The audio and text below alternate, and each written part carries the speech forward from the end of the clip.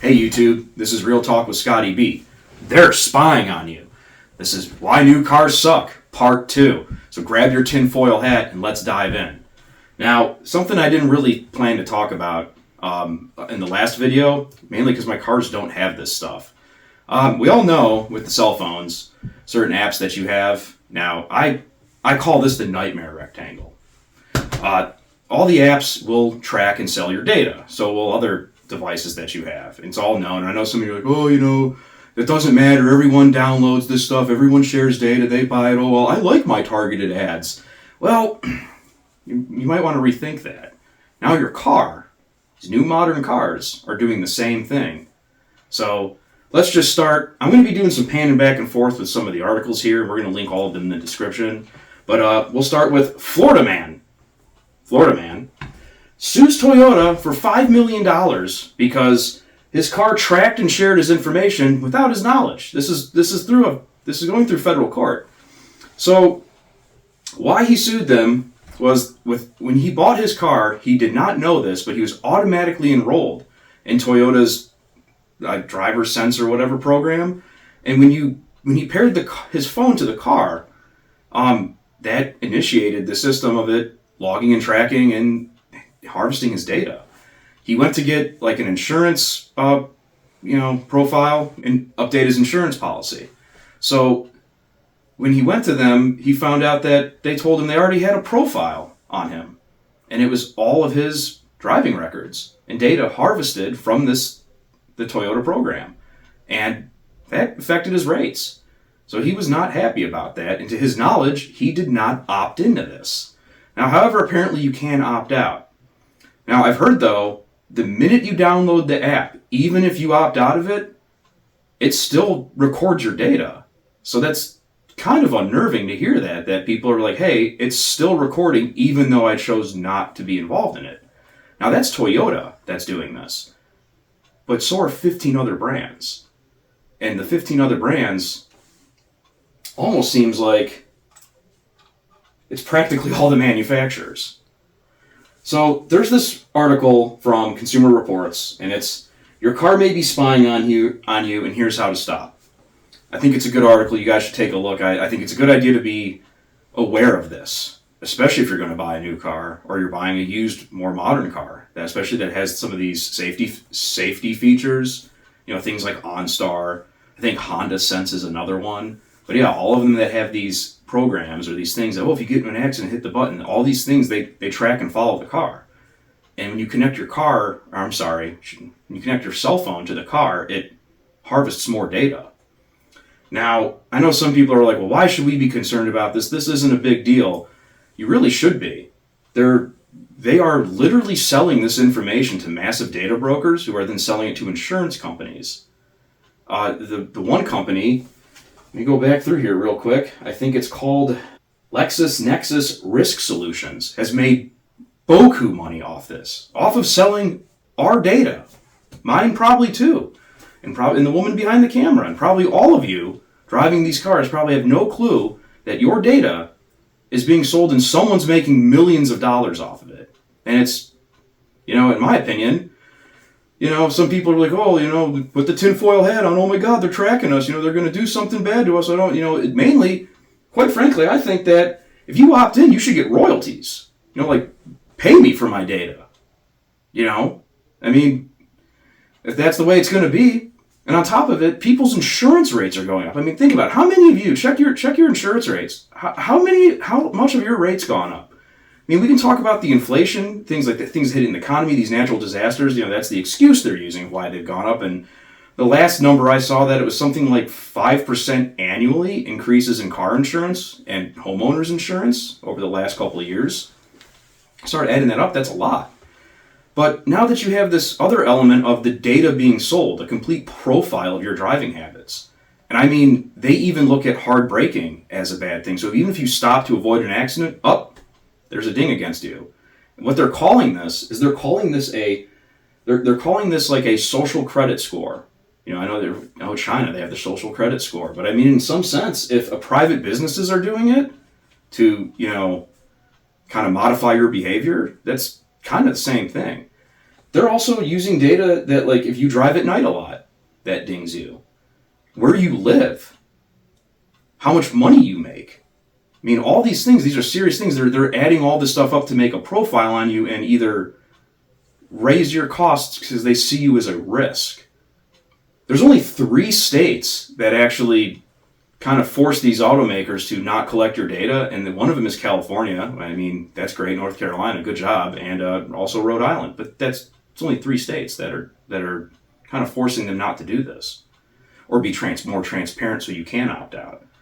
So it kind of bothers me a lot that they're gathering data without your knowledge. But the thing is, the loophole for the manufacturers, well, you consented when you probably signed the paperwork buying the car. So if you don't know, or, going through, I mean, come on, if you've bought a car before, all the paperwork you got to go through, right? Like, there's probably something in there that you signed without even really knowing about it.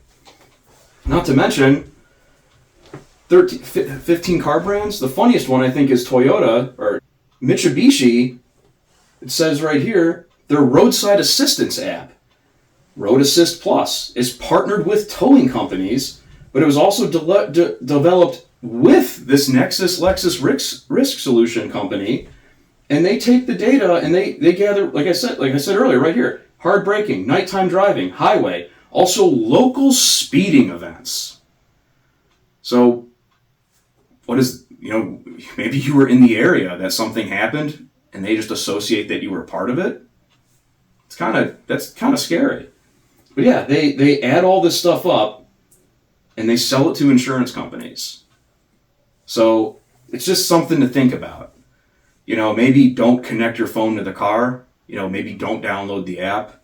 I know that sounds crazy to some people because people love this technology and they think it makes their life better. However, in my opinion, they're trying to turn your data into a product so they can make money, not to help you. And that's where I have a big problem with it.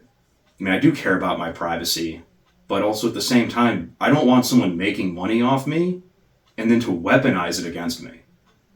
I mean, there's another website here that I looked at. Now, it's called AwareForce. It seems like they mainly try to, make people aware of these things, not just in the cars, but other programs.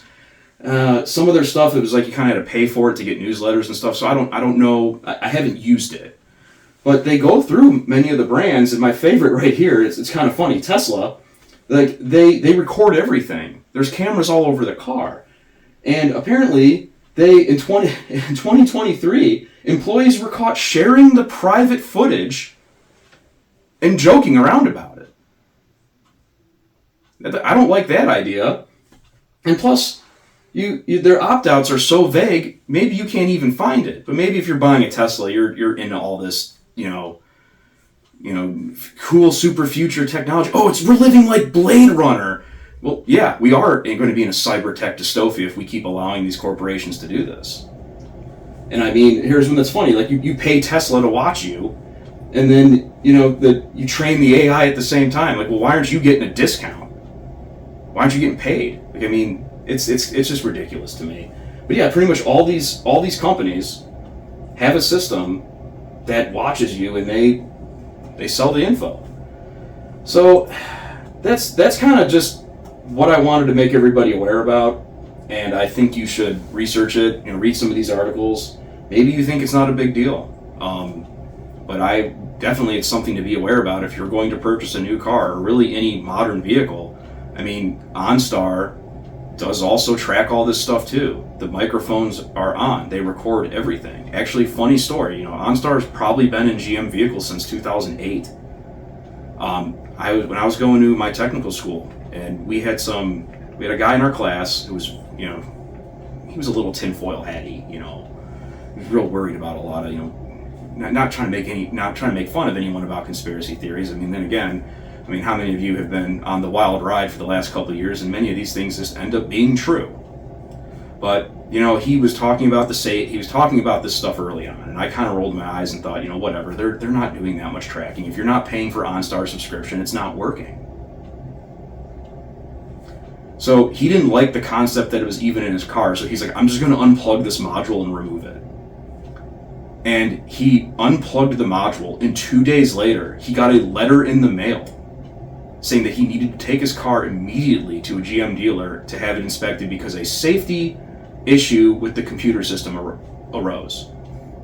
Now, the funny thing is, he was like the 5th owner of this thing. He bought it like at a shady car lot or something. So they knew something happened to the car. So obviously it's on. They knew his address. He never subscribed to it. So it's a little scary in my opinion. So yeah, even cars far back as 2008, if they have some sort of safety program built into the vehicle, it's probably on and recording you. And we live in turbulent times. I mean, one of these companies here on this one website, the Back to the Aware Force thing, they're talking about Hyundai and Kia. They want to get information on your sex life, religion, and political beliefs. Why? Who are they selling this to? They even admit they give data to law enforcement without warrants. That's another thing. What if you just get a ticket in the mail? We knew you were speeding. It's something to be concerned about, and I think we as consumers really should make our voices known, and I think we should contact our representatives in the government and be like, hey, there needs to be a fine line that if we opt out, this information cannot be even activated through the car or even tracked and sold, and that there needs to be more transparency with this, or it's not going to be good for us going forward. It'll just get worse. So that's kind of what I just wanted to talk about. There's probably going to be more videos I'll do why new cars suck, and I know I had a video come out before about what cars to buy, what should you buy, and I do talk about buying new cars. Now, me personally, there's nothing interesting for me to buy, but the reason why I recommend it is it's still an option, and it would be wrong of me not to at least include those options.